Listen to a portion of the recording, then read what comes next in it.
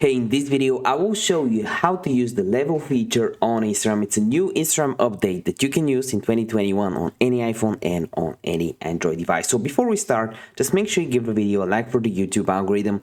Each like helps out the channel a lot. Subscribe if you're new, and let's start. So what you want to do is just go on Instagram and open up your stories by clicking on your profile, clicking on the plus icon at the top right corner, hit story, and here let's say that I want to center out this photo, this image of my PS4 controller. So what you want to do here is go on the left bar at the left corner, is the toolbar at the left corner, and there's a level function on the left. You can actually see it, it's right there, and when you tap on it, it's basically the circle with a line in the center. It will help you line